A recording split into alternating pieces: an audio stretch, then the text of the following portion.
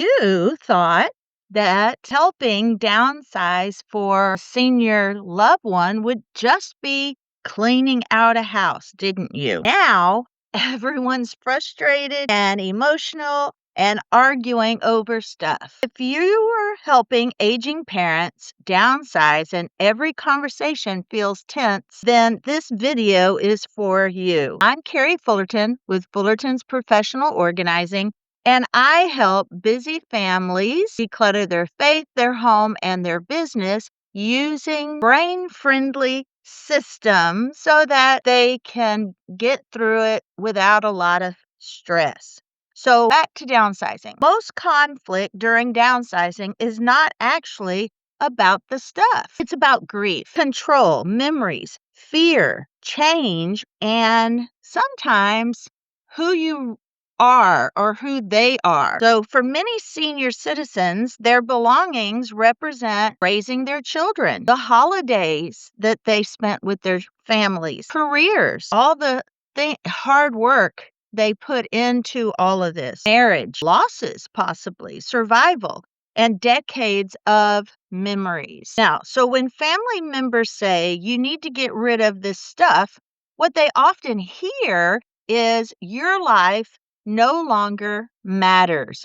And we don't want them to feel that way, right? Here are phrases that usually create resentment. You don't need this. Why are you keeping this? Is junk. You have too much stuff. You're becoming a hoarder. Oh no, never say that. Those statements create shame. Now, here are some things that you might say instead. What feels most important to keep? How can we make this next season easier for you? What would make your home feel more peaceful? What do you want your children to remember? Questions create cooperation. Commands create resentment. Now, adult children are often carrying jobs, children, caregiving responsibilities, emotional stress, and time pressure. Many families wait until a medical crisis happens before downsizing begins. Then every decision feels urgent. The best downsizing approach is slow, respectful, and realistic. Start with duplicates. What do they have many of? Expired items, obvious trash, broken items, easy decisions. Always start with the easy decisions. With my clients, that's what I do. What are you for sure already ready to let go of that you don't have to pause? You don't have to think about, you just know. Never start with the family heirlooms or all the sentimental items, right? Siblings often disagree during downsizing. For example, one wants to keep everything, one wants to throw everything away, one disappears completely, one does all the work. That's extremely common.